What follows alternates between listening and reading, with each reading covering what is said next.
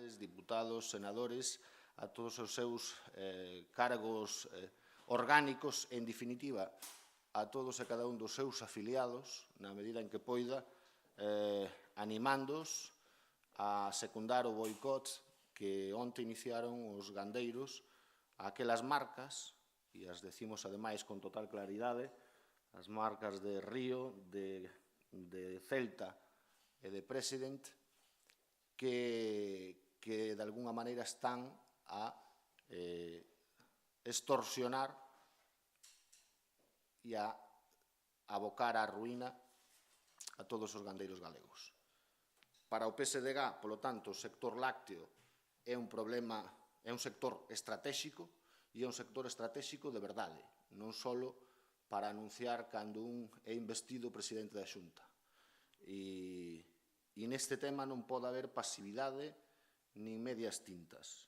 É un problema de país e, polo tanto, o que nos toca aos políticos, ás administracións e aos axentes sociais, aos partidos políticos, é, neste momento, solidarizarnos, e non solidarizarnos de boquilla, senón ter unha actitude activa e unha actitude de compromiso para defender os nosos gandeiros.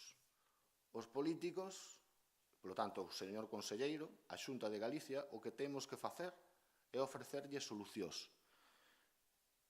E, por desgracia, este conselleiro non está estando á altura das circunstancias.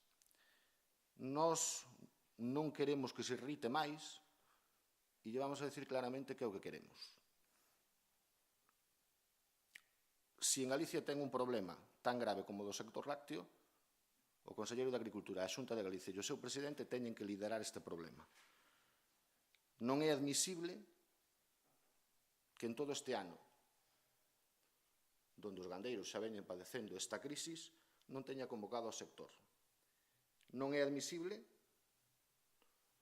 que, tendo todas as competencias en materia de inspeccións a todos os niveis, o outro día salga dicindo que vai por en marcha as inspeccións porque sospeita que pode haber cousas raras. Donde estuvo ou por que non se fixeron durante todo este ano? Non é admisible que a día de hoxe non nos teña dito, non lle teña dito aos gandeiros cal é a súa estrategia con respecto a este sector. E queremos saber, e lle preguntamos tamén clarísimamente, e máis, lle exiximos a resposta, porque creo que estamos, ou lle vamos a exixir formalmente, porque nos ampara o noso dereito. Queremos lle preguntar cantas axudas deixaron de cobrar estas industrias por non suscribir os contratos cos gandeiros.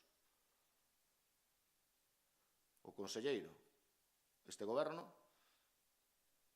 dixo que iba a condicionar as axudas a que as industrias mantuveran unha relación contractual cos gandeiros. Ben, iso non se dou, polo tanto, destas industrias que non fixeron eso e que non están respetando os precios dos gandeiros, cantas axudas deixaron de cobrar por este feito. Queremos saber canto leite e a como lle pagan os gandeiros entre Pinares, tome nota do nombre, entre Pinares, que percibeu 6 millóns de euros desta Xunta de Galicia. Por tanto, se percibeu 6 millóns de euros, se supón que ten certo compromiso cos galegos. Como galego, xa non como secretario de organización do PSDG, parte dos meus impostos foron para entre Pinares. Por lo tanto, eu quero saber a cantos gandeiros galegos lle recollo leite entre Pinares e a como lle paga. Queremos saber canto leite recolle, a cantos gandeiros recollo leite o proxecto do conselleiro Alimentos Lácteos e tamén a que precio lle paga, que tamén percibeu 1,6 millóns de euros desta administración.